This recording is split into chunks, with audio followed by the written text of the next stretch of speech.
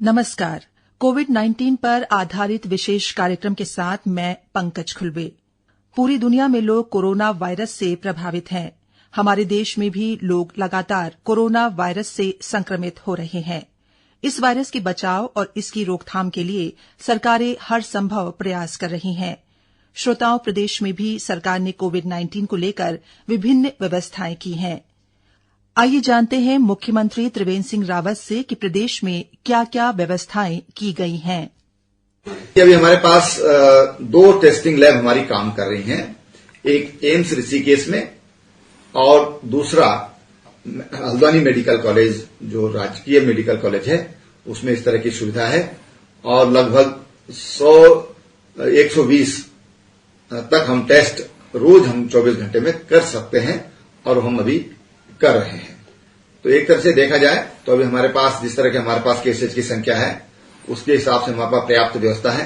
अभी आईआईपी के लिए भी सैंक्शन हुआ है। एक प्राइवेट लैब को भी भारत सरकार ने, आईसीएमआर ने संस्तुति दी है और हमारी कोशिश है कि दून मेडिकल कॉलेज और जो महंत जी का कॉलेज है, उन्होंने भी डिमांड किया है, तो उनको भी अगर ये मिल जाता है, श्रीनगर के लिए भी हम लोग प्रयास कर रहे हैं, तो हमारे पास पर्याप्त व्यवस्था हो जाएगी।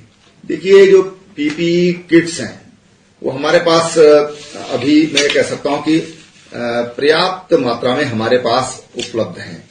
जो N95 है, N95 की बहुत ज्यादा जरूरत नहीं है। ये कुछ भारत सरकार ने और जो आईसीएमआर ने इसके लिए अलग अलग स्टेजेज में कौन कौन सा मास्क चाहिए, उसके लिए स्टेज 1, स्टेज 2 और स्टेज 3, उसमें उन्होंने मास्क के लिए डिफाइन किया है कि किस श्रेणी में कौन कौन से मास्क की जरूरत है। लेकिन फिर भी हमारे पास, मैं समझता हूं कि लगभग 30,000 के करीब ये मास्क हमारे पास उपलब्ध हैं। जो पीपीई किट है, ये भी लगभग 10,000 के करीब किट हमारे पास उपलब्ध हैं और 257 वेंटिलेटर हमारे पास आज भी उपलब्ध हैं। लेकिन अभी तक सौभाग्य से हमको वेंटिलेटर के इस्तेमाल की आवश्यकता नहीं पड़ी है।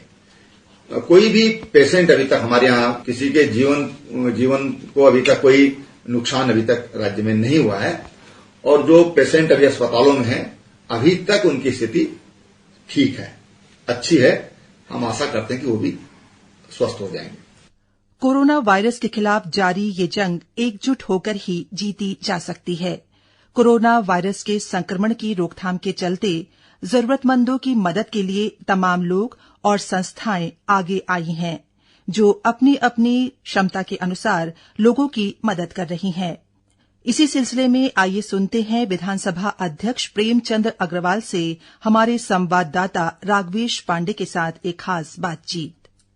कोरोना वायरस के संकट को देखते हुए आपने अपनी कुछ सहायता की, मुख्यमंत्री सहायता कोष में, प्रधानमंत्री कोष में दिया पैसा, विधायकों से भी आग्रह किया। वो क्या क्या किया आपने इस संबंध में? देखिए, जिस प्रकार से कोरोना महामारी का संकट बढ़ रहा है, तो इसमें हम सबकी जिम्मेवारी बनती है कि हम सब लोग मिलके अपना यथासंभव योगदान करें। हमने तमाम हमारे उत्तराखंड के सभी माननीय विधायकों की सबसे पहले 15-15 लाख रुपया विधायक निधि से देने का निर्णय लिया।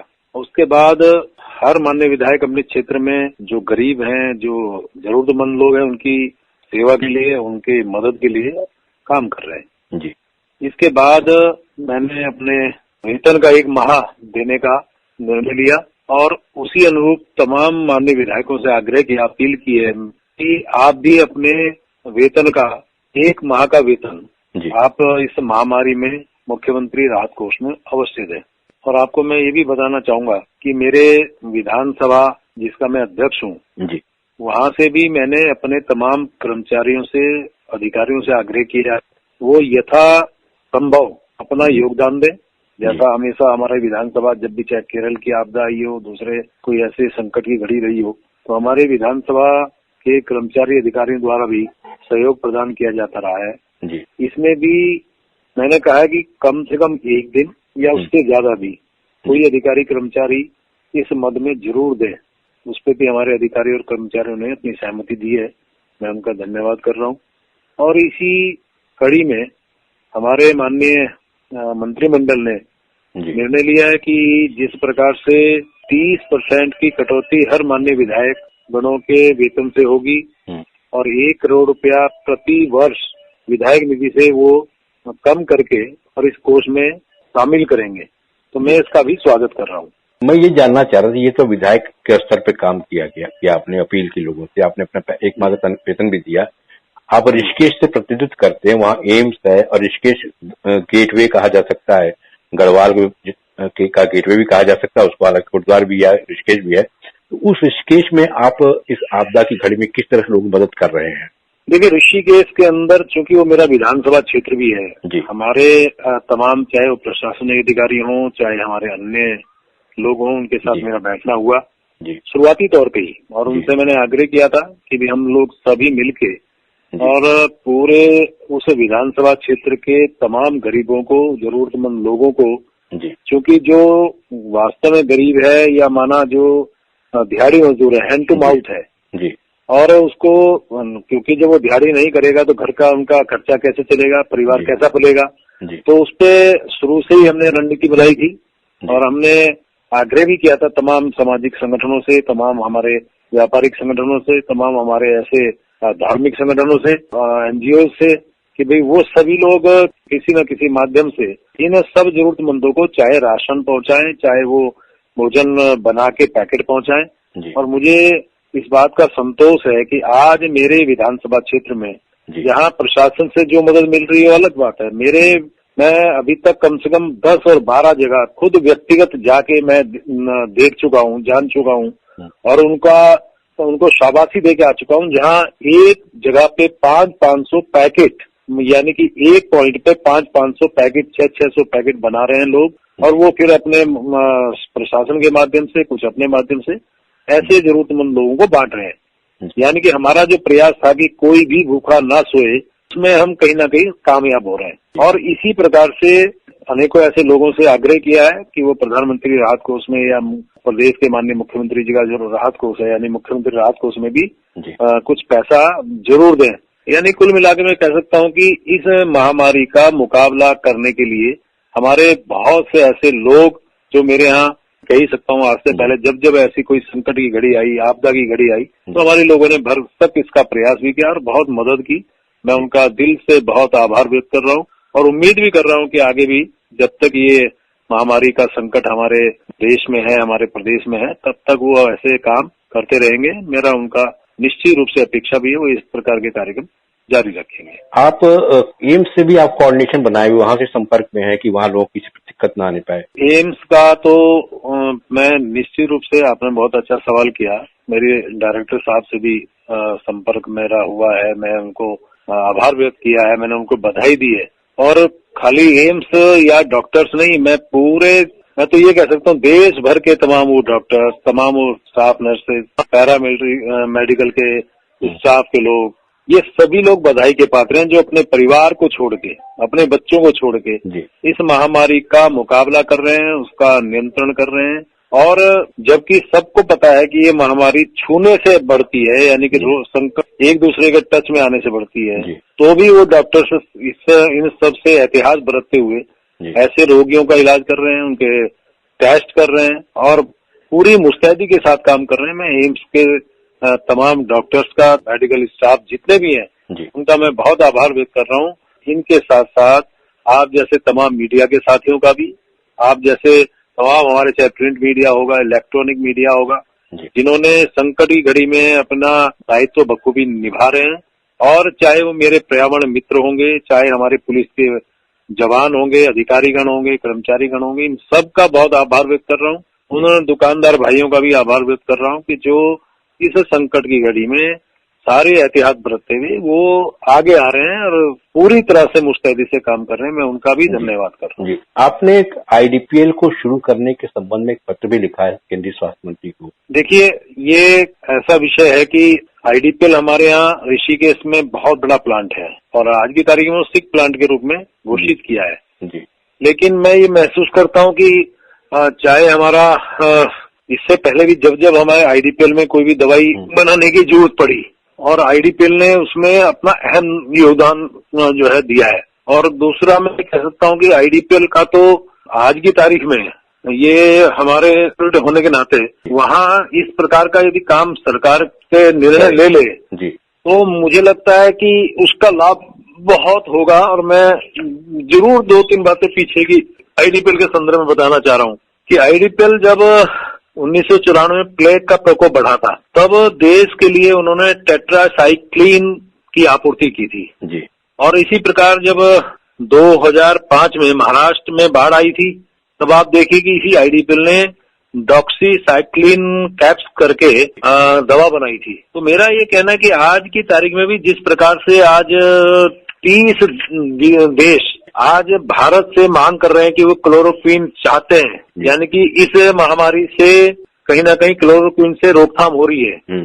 और अमेरिका जैसा राष्ट्र, जिसे हम महाशक्ति के रूप में जानते हैं जी, यदि वो इसके लिए मांग कर रहा है और हमारे माननीय प्रधानमंत्री जी बार बार देश के लिए मीडिया में आ रहे हैं, जनता को प्रोत्साहित कर रहे हैं कैसे इससे बचा जाए उसके बारे में बता रहे हैं, अब जब वो उसके लिए निर्यात खोल सकते हैं तो कहीं ना कहीं इस क्लोरोक्विन की भी जो है मांग बढ़ेगी। तो मैंने माननीय स्वास्थ्य मंत्री श्रीमान हर्षवर्धन जी को एक फैक्स किया है आज कि यदि आईडीपीएल में इसका उत्पाद हो जाए क्लोरोक्विन का, तो आने वाले समय में ऐसी स्थिति में आईडीपीएल सक्षम है। और मेरे उनके जीएम से भी बात हुई थी, उनके प्लांट मैनेजर अधिकारियों से भी बात हुई है, तो वो क्लोरोक्विन बना सकते हैं। और मेरा ये मानना है क्लोरोक्विन यदि बनती है तो देश के हित के लिए बहुत बड़ा कदम होगा। तो निश्चित रूप से इसका लाभ हमारे देश को, हमारे देशवासियों को, और फिर विदेश में जब ये दवा जा रही है तो उससे उसको भी निश्चित रूप से लाभ मिलेगा। ये तो आपकी बहुत सारे उपाय की जिसके बारे में बताया, आप आम जनता से क्या अपील करेंगे सोशल डिस्टेंसिंग को लेकर के, प्रधानमंत्री राहत कोष मदद को लेकर क्या अपील करेंगे आम जनता? देखिए राजेंद्र जी, मैं आपके माध्यम से आज जिस प्रकार से वैश्विक महामारी हमारे प्रदेश में और देश में बहुत तेजी से बढ़ रही है, और कारण इसका कुछ भी हो, मैं तो ये कह सकता हूँ कि हम सभी को और घरों में ही रहना चाहिए। साथ साथ बहुत अति आवश्यक हो, यदि हमें कहीं बाहर जाने की भी आवश्यकता पड़ती है खाद्य सामग्री खरीदने के लिए या अन्य कोई ऐसा आवश्यक कार्य के लिए, तो निश्चित रूप से आप सोशल डिस्टेंस बना के रखें, बार बार आप हाथ धोते रहें। और ये अपने साथ साथ अपने परिवार की भी इससे लाभ होगा, समाज को भी लाभ होगा, प्रदेश को भी लाभ होगा, देश को भी लाभ होगा। और जिस प्रकार से देश की सरकार हो, चाहे प्रदेश की सरकार हो, चाहे स्वास्थ्य विभाग हो, जो भी एडवाइजरी उनके द्वारा दी जा रही है, हम सभी को उनको फॉलो करना चाहिए। और आज हम सभी लोग, ताकि हम सोशल डिस्टेंसिंग रखूं, मैं घर पे रहूं, मैं हाथ धोता रहूं, अपने जितने भी इस प्रकार के जो गाइडलाइन लगातार हमें मिल रही है, हम उसका पूरा ध्यान रखें और लॉकडाउन का पूरी तरह से अनुशासित रह के उसको फॉलो करें। इससे बहुत बड़ा आने वाले टाइम पे हम इस महामारी को नियंत्रित कर पाएंगे, इसकी रोकथाम कर पाएंगे। जहां तक आपने प्रधानमंत्री राहत कोष की बात की है, मैं कह रहा हूं कि तमाम जनता, हालांकि अब तो मैं भी आपके माध्यम से अपील कर रहा हूं, विषय का महायज्ञ में आप अपनी तरफ से कोई भी आहुति डालें तो निश्चित रूप से हम सभी के लिए, देशवासियों के लिए और खासकर उन व्यक्तियों के लिए जो वास्तव में इसके बहुत संक्रमित हुए हैं, उनके लिए बहुत लाभदायी सिद्ध होगा। मैं फिर से आपके माध्यम से जनता को आग्रह करना चाह रहा हूँ। बहुत बहुत धन्यवाद। और आइए बात करते हैं कोरोना से जुड़ी एक और भ्रांति की कि कोरोना हवा से फैलता है, लेकिन ऐसा नहीं है। ड्रॉपलेट से फैलता है कोरोना, हवा से नहीं। विश्व स्वास्थ्य संगठन का मानना है कि खतरनाक कोरोना वायरस रेस्पिरेटरी ड्रॉपलेट्स और करीबी संपर्क से फैलता है। ये वायरस हवा में लंबे समय तक नहीं रहता। विश्व स्वास्थ्य संगठन की एक रिपोर्ट के अनुसार ये संक्रमण विभिन्न आकार की श्वसन बूंदों के जरिए फैलता है। जब खांसी, सर्दी से पीड़ित कोई व्यक्ति छींकता है तो रेस्पिरेटरी ड्रॉपलेट्स यानी सूक्ष्म श्वसन बूंदों के जरिए संक्रमण उसके करीबी संपर्क में आने वाले व्यक्ति तक पहुंच जाता है। दूसरी भ्रांति ये भी है कि कोरोना वायरस का असर तापमान बदलने पर कम हो जाएगा। तो आइए जानते हैं विशेषज्ञों से कि ये कितना सच है। देखिए, इस वायरस को हम नाम बोलते हैं नोवल कोरोना वायरस। नोवल का मतलब है नया। ये दुनिया में पहली बार दिसंबर में ये वायरस आया। अभी हमें सिर्फ इतना ही मालूम है कि ये वायरस सर्दी में भी होता है, जो 30 से 22 डिग्री सेंटीग्रेड, जो अभी तक टेम्परेचर चला है 30 से 35 डिग्री सेंटीग्रेड तक भी ये रहेगा। और आगे बहुत ज्यादा गर्मी में क्या होगा ये हम नहीं जानते अभी, ना दुनिया में कोई जानता है ये वायरस कैसा बिहेव करेगा, क्योंकि ये नया वायरस है। तो हमें चाहे वो कोई सा भी समय हो, हमें ये जो हमने आपसे बताया कि बार बार हाथ धोना, आसपास की जगहों को सफाई रखना, सोशल डिस्टेंसेस करना, ये हमें मेंटेन करना होगा, तभी हम इस चीज को भगा सकते हैं। अभी हम नहीं जानते कि बहुत ज्यादा जब गर्मी पड़ेगी तो ये अपने आप से खत्म होगा या हमें इसको खत्म करना होगा। इसी के साथ हमारा आज का अंक यहीं पर समाप्त होता है और चलते चलते इतना ही कि जागरूक रहिए और दूसरों को जागरूक करिए। नमस्कार।